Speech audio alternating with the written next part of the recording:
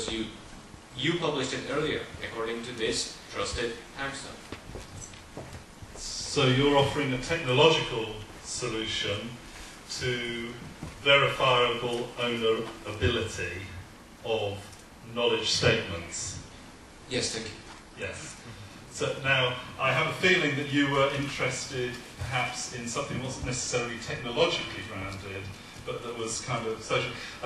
Stephen has offered a comment, which I'll read you. It's in the form of a poem, or a quote.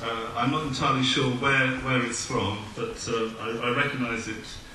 He who steals my prose steals trash. The purse from whence it flows inexhaustibly is stashed inviolate intracranially.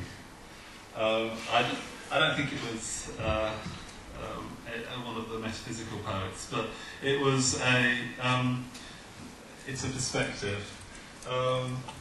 And any other suggestions about knowledge and ownership on the web?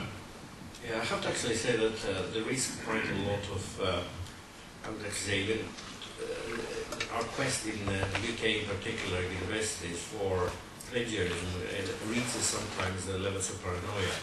I mean, the thing that one has to actually think is how much new knowledge do we expect to be produced every time. I mean, one of the problems we actually go with the speed and the capacity we actually have of things is there is a limit to how much new stuff you would actually get, or new thoughts you would actually get out of it. And I think to a large extent, I think the comment that was actually made over the computer is actually very important, really. The context and the source of the data that still remains fresh and actually kind of keeps informing.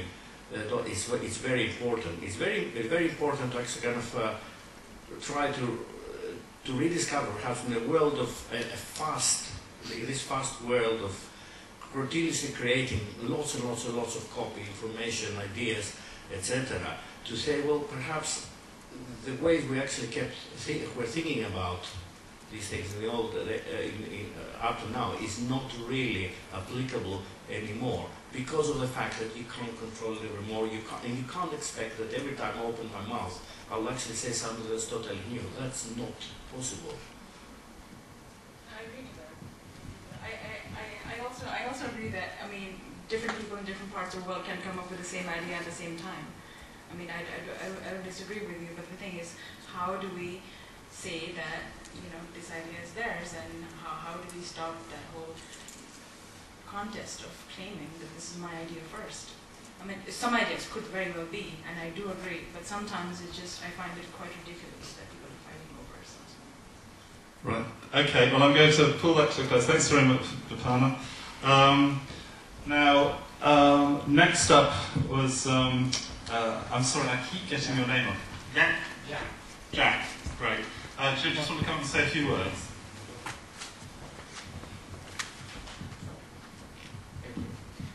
So I have this position paper, and everything that's said in it was said much better by Stefan. So I won't actually go into that all that much. I think I have two new things to say. First, we keep talking about open publication. I'll just go somewhere where there's less of that. Sorry? No, this is actually preferable for me. So, and he can see him better. Hi, Stefan. So, we keep talking about open publication, open access journals. The web is open already, so let's just get rid of the word open. It is open. Any publication should be freely and openly accessible out there. Free is often forgotten here. There was the role of journals, however. I think, yes, peer review is part of it, but also selection. Some journals will take everything if the peer review accepts it. Some journals will just select what topics are of interest. And I think that this could be very well a good value proposition for these things, and they can get money from them. And of course, the last point that I had, I forgot already. So everybody just go back to your memories of Stefan's talk, and that's bits of it where what I wanted to say.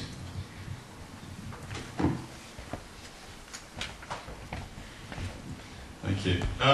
Carl, you okay? I think you're okay. I think you're brilliant. You're probably slightly jet-lagged. Carl Lugosi from Cornell.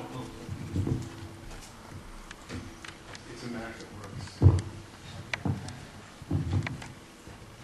Is that VGA? Yeah. Oh, no, That's VGA. Okay. Right. So I'm going to continue the role I played this morning of being the naysayer, or at least expressing cynicism.